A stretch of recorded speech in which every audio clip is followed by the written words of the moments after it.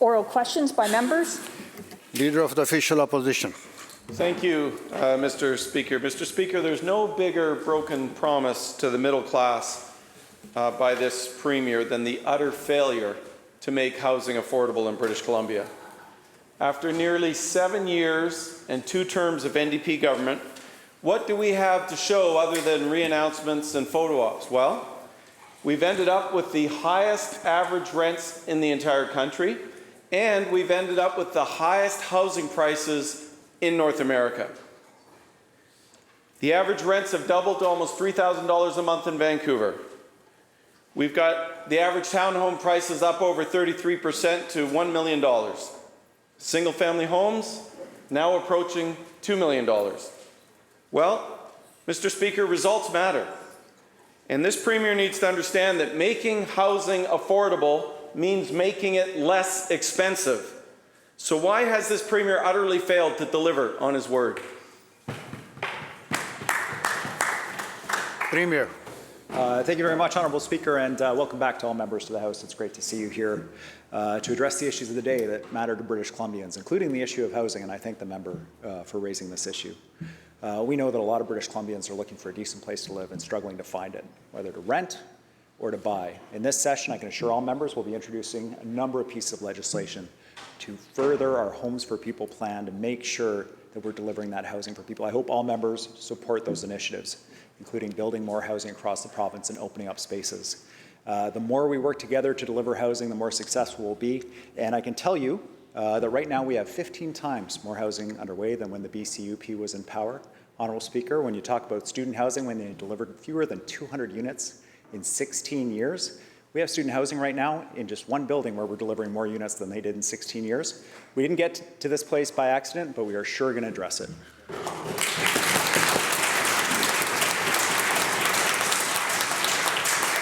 Leader of the Official Opposition, supplemental. Well, thank you. I think the public could be forgiven if they said, please, no more help from the NDP in terms of trying to get to affordability. I mean, the reality is results matter. And whether this Premier likes to admit it or not, the undeniable results are we have the highest rents in the entire country. And we've got the highest housing prices in North America. That's your result. You cannot just keep pointing fingers and trying to find blame. The fact of the matter is you've allowed this to take place. And now we see things are going to even get worse, because now the Premier is allowing Metro Vancouver to triple the building fees that are being charged on housing. Just for the viewing public, that means that for an average single-family home, that will be an extra $24,000 of fees. For a typical apartment, that will be $14,000 more dollars. Hardly affordable. Now, BC United would stop this madness because we recognize that adding more fees and costs is not how you get affordability. If you want housing affordability, memo to the Premier and government, make housing less expensive. So my question to the Premier, will you block Metro Vancouver's latest assault on housing affordability, yes or no?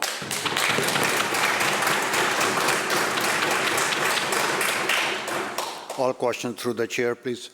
Premier. Well, thank you very much, Honourable Speaker. We know we need to bring on a lot more housing, a lot faster, and a lot more affordably. That's why we've been working with local governments to set housing targets, to strip away unnecessary requirements that lengthen the process on our provincial side, getting permits done faster to make sure that housing gets built.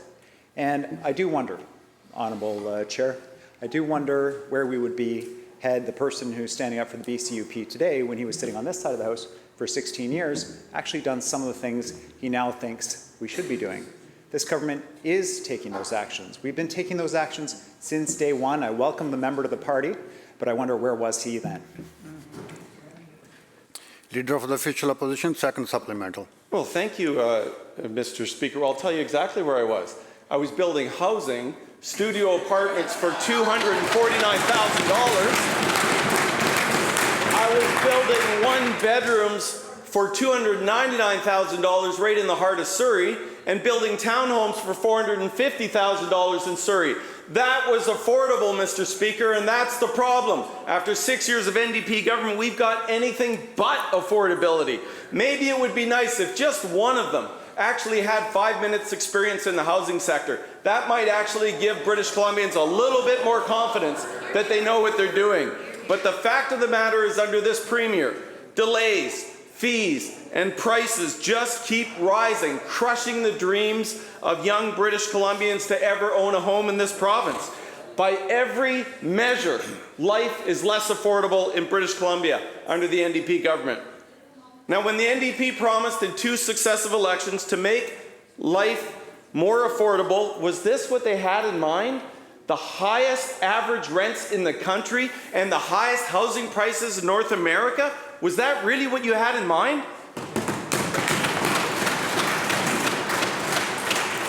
Premier. Well, thank you, Honourable Speaker. You know, I remember sitting on that side of the House, being the housing critic, raising the shortage of rental housing, both for students and otherwise, raising the issues of speculation in our housing market, international money in our housing market, money laundering in our housing market. And what did the member and his colleagues say? No issue, nothing to see here, don't worry about it.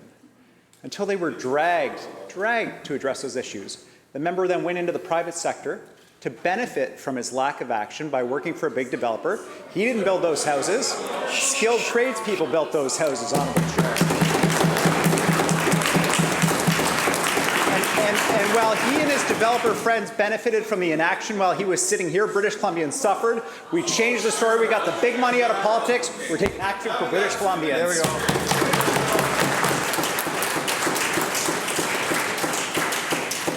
Member for West Vancouver, Capilano. Mr. Speaker, thank you. It is just stunning that this blame game keeps playing out and out and out. Never, Mr. Speaker, is there an answer to a question. It's always, look over there, it was those guys' fault. It's never like, we have to take responsibility after 7 years for having a crisis that does not allow people to have a home. This new normal is not working for people like Teresa China. She quotes, "My job is outreach with the most vulnerable people in the province, but I myself am homeless," end quote. Teresa has a middle-class income and isn't eligible for housing support, yet she can't afford a home in this province. That's this NDP's middle-class squeeze. It's getting worse. It is not getting better under this Premier. Affordable housing means making housing less expensive. When will middle-class workers like Teresa be able to afford a home in British Columbia? Hear, hear. Minister of Housing. Thank you so much, Honourable Speaker.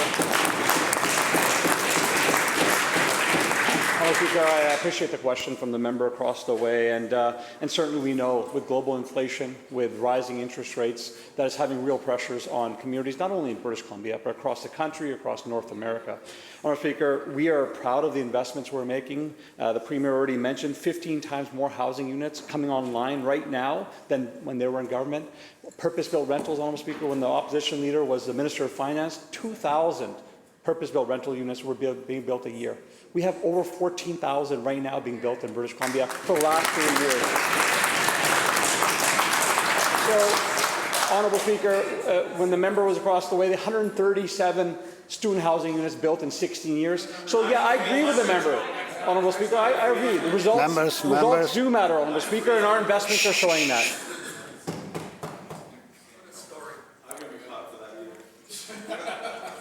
Member for West Vancouver, Capilano, supplemental. Thank you, Mr. Speaker.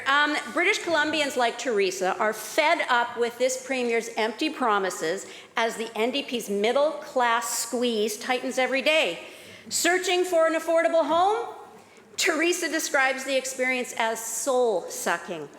That's the result of nearly 7 years and 2 terms under this NDP government, the highest rents in Canada, and the worst housing affordability, not just in Canada, but in all of North America. Making housing affordable means making it less expensive, period. So when will this Premier stop talking and announcing and start delivering on homes that are affordable? Minister of Housing. Thank you, Honourable Speaker. And again, it is a challenging time for people, not only in British Columbia, but folks across Canada, across North America. We're seeing in British Columbia a combination of record numbers of people coming to British Columbia, which we welcome, but it's putting pressure on our housing stock. We also have rising interest rates, which also is putting real challenges on our housing stock. But, Honourable Speaker, we are 2 decades behind when it comes to investment in housing. I agree with the member. 2 decades behind. The Leader of the Opposition, when he was Minister of Finance, saw little to no housing being built in this province.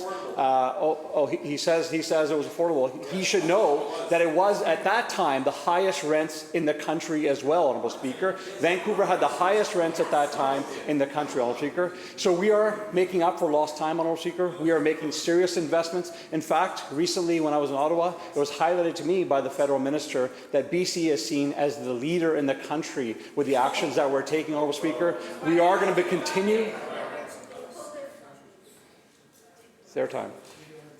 Continue. Thank you, Honourable Speaker. We are going to continue to make the historic levels of investment into housing because, Honourable Speaker, we want to see these affordable units get online. We want to see more families getting the access to the housing that we know they desperately need. Leader of the third party. Thank you, Honourable Speaker. Climate change has become very real for West Kelowna on August 16th. Those were the words spoken by West Kelowna Fire Chief Jason Broland at the United Nations recently. Firefighters in BC are now battling blazes, quote, on a scope and scale that's nearly impossible for us to be successful against, in part because of a changing climate that makes it easier for fires to burn and grow. Broland warned that, quote, we're spending the money on the wrong end of the problem. BC spent a record $1 billion on wildfires this year. My question, through you, Honourable Speaker, is to the Minister of Forest. Does he think that this government has been spending wildfire funds on the right end of the problem? Minister of Forest. Thank you very much, Mr. Speaker, and thank the member for the question. There's no doubt that this fire season was the most extreme, the worst in British Columbia's history. And the figure that's quoted about the money to fight those fires is accurate. But what I want to say is that the Premier has appointed a task force which will be convened fairly shortly to examine the results of what took place this fire season and to look at some of those programs, the very successful programs that have within the province and taken up by municipalities, by regional districts, contributed to fire prevention in the long run. There were a number of reports done after the 2003 fire by former Premier of Manitoba, Gary Filmon. The Abbott-Chapman report after that put great stress on prevention, and there are programs that Fire Smart programs that really bring that issue forward and are funded by the government.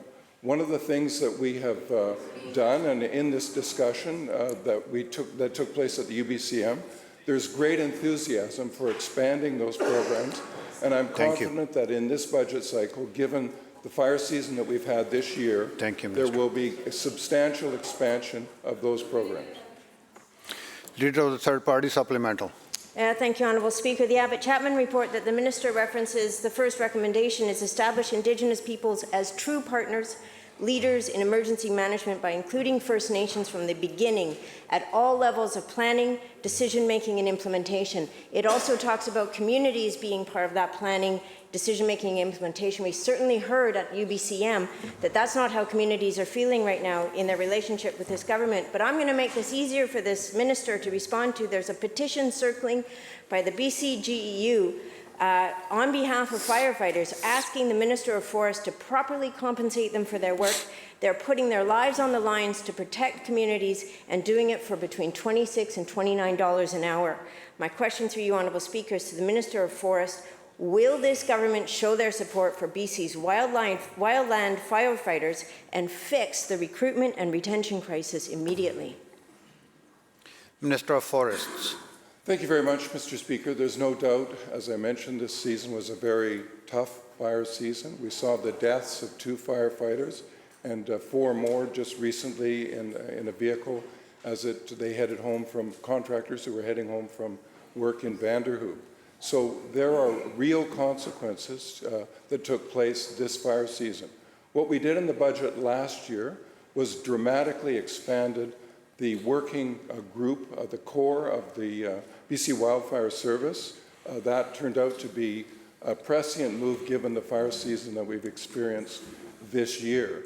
And certainly we value the work of whether it's people in the BC Wildfire Service, whether it's contractors who work with the Wildfire Service, and the work that they do on all of our behalfs is excellent, really important, crucial work, and we want to compliment them, and we've continued to work to expand their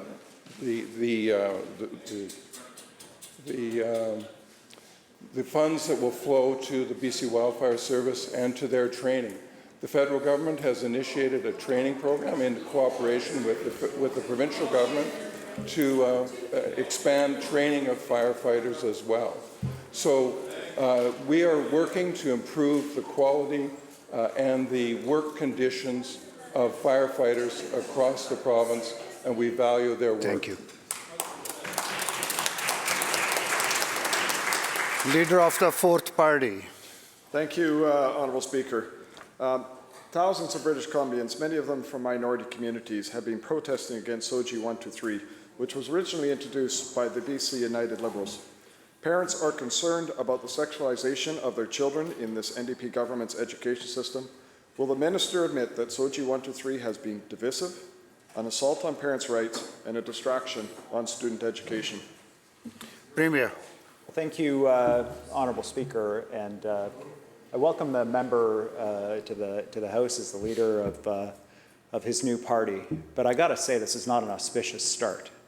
You know, when you talk about the issues of the day for British Columbians, cost of living, housing, we heard from the BCUP, healthcare, addiction, mental health, to come into this place, to use the authority of his office, his new party, to find a small group of kids in our province, to leverage all of that to make them feel less safe at school, less safe in our community, to feed the fires of division in our province and bring culture war to British Columbia, it is not welcome.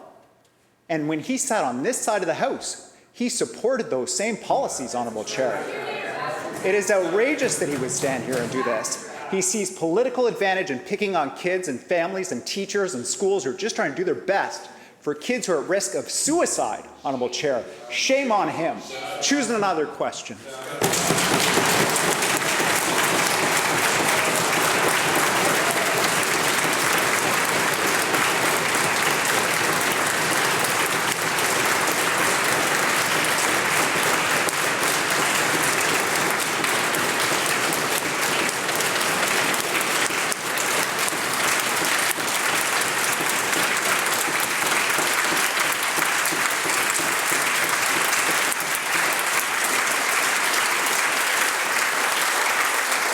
Thank you, members. Leader of the Fourth Party supplemental. Thank you, Mr. Speaker. And it's very clear that we're talking about a uniparty in this House, and that's fine in terms of it. But to the Premier, Mr. Speaker, what I find most offensive is that the division is being created by what this government is implementing. There are thousands of people taking to the streets. There are thousands of people protesting at school board offices. There are kids that are being part of this because they are disturbed at what's happening in their schools. This isn't about attacking a particular group of people, Mr. Speaker. This is about having a policy that is inclusive, that is anti-bullying, that is supportive, so everybody feels safe. But right now, we have kids that are running home from school, going to the bathroom because they don't feel safe in the school. And that is this government's fault in terms of it. Mr. Speaker. Question, please. Please. Mr. Speaker, in my riding, just recently with the protests that happened last week, 2 young Indigenous girls were suspended from school for participating in a protest. Now, whether or not that action was appropriate, I can tell you, the mother of those 2 Indigenous girls is outraged at the fact that those kids are now being excluded from education. This is not what we want to be able to see. We need to be able to see an education system, quite frankly, that is accepting of everybody. So the question once again to the Minister or to the Premier, if he cares to take it, will the Minister actually look at this? Look at the divisions that this is creating. Look at the divisions that SOGI 1, 2, 3 is creating and replace it with a less divisive approach to anti-bullying in our schools. Minister of Education.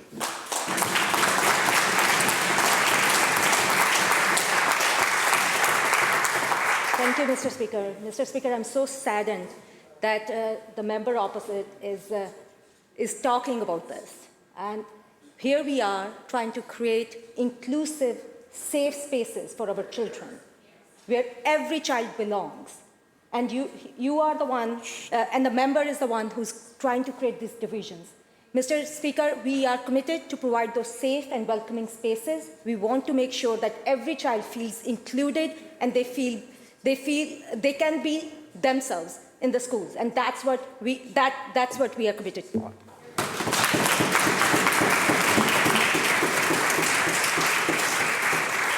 Member for Kamloops North Thompson.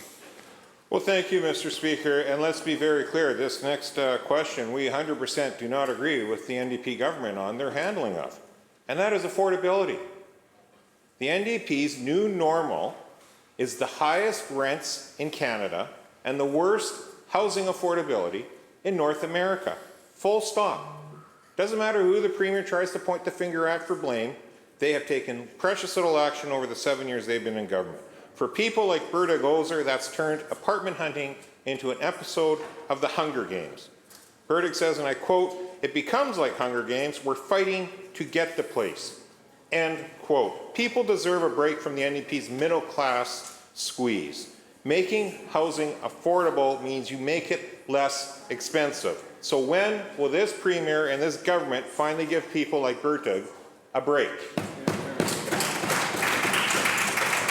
Minister of Housing. Thank you so much, Honourable Speaker. And again, thanks to the member for the question. And certainly it is a challenging time for some families in British Columbia. That's why we put such a focus on ensuring that we have affordable housing being built in this province.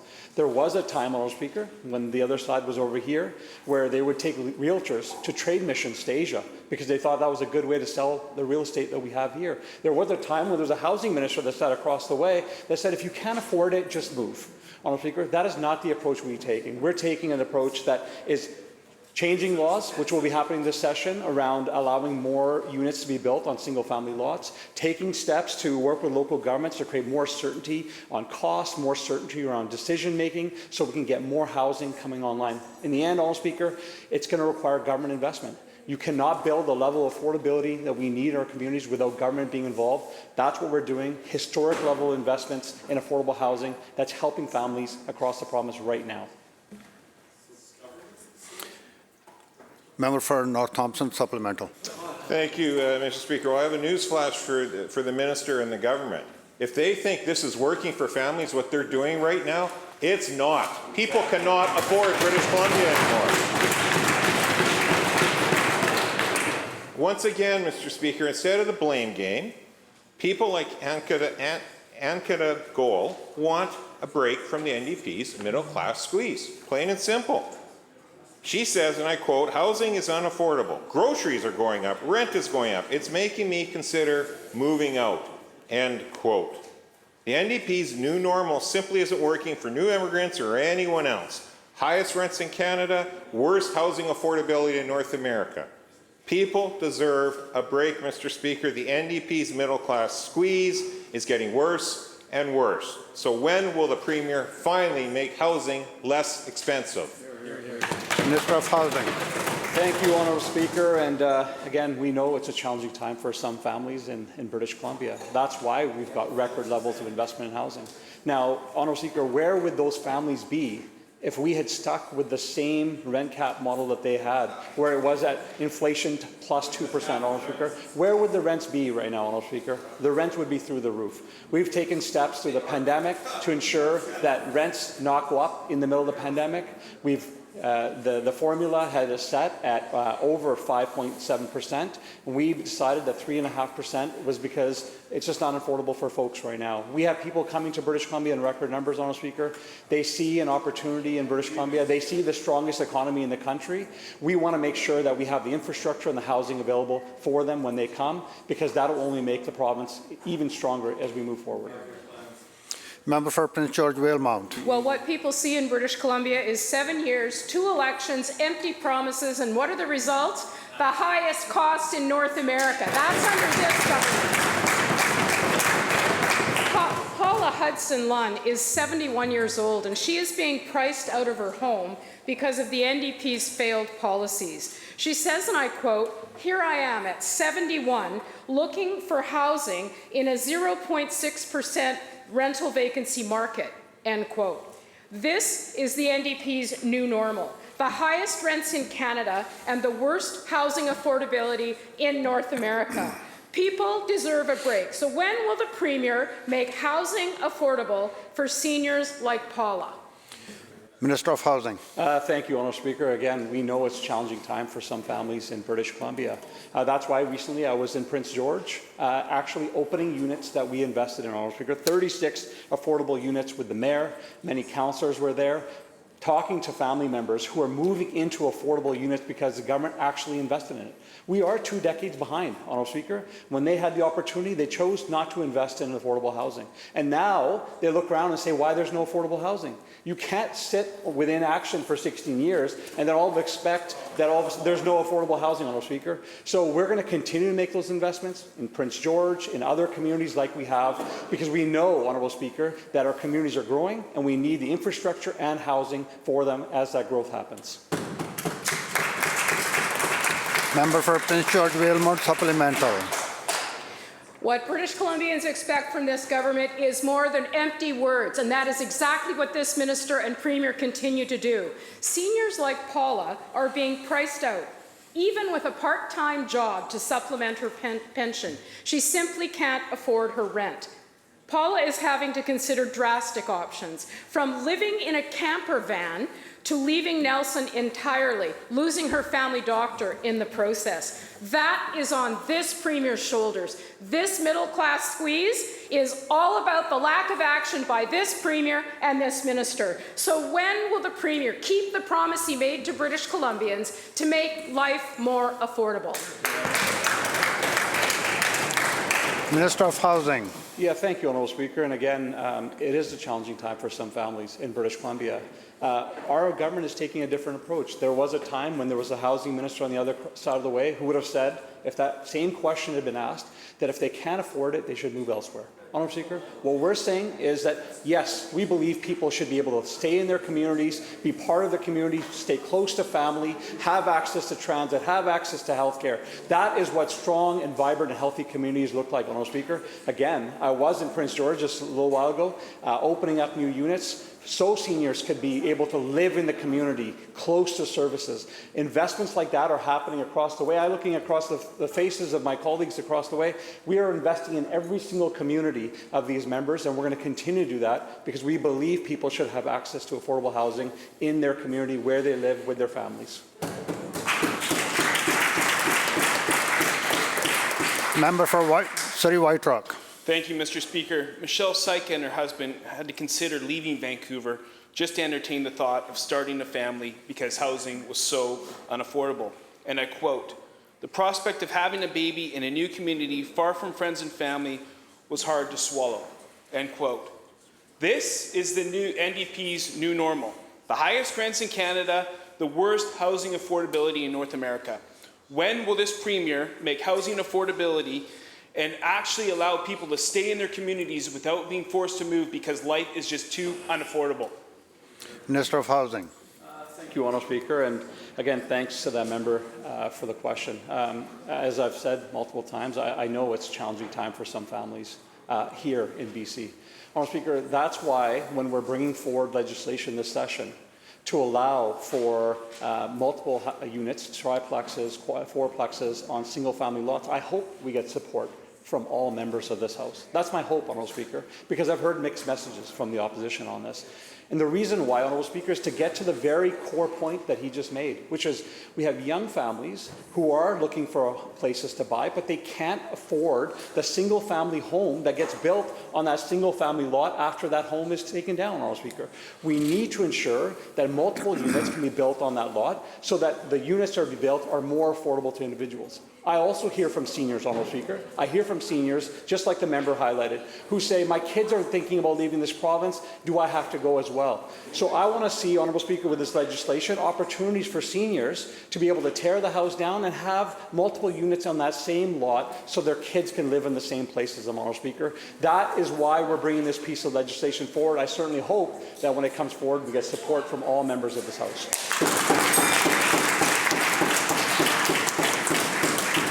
The bell ends the question period.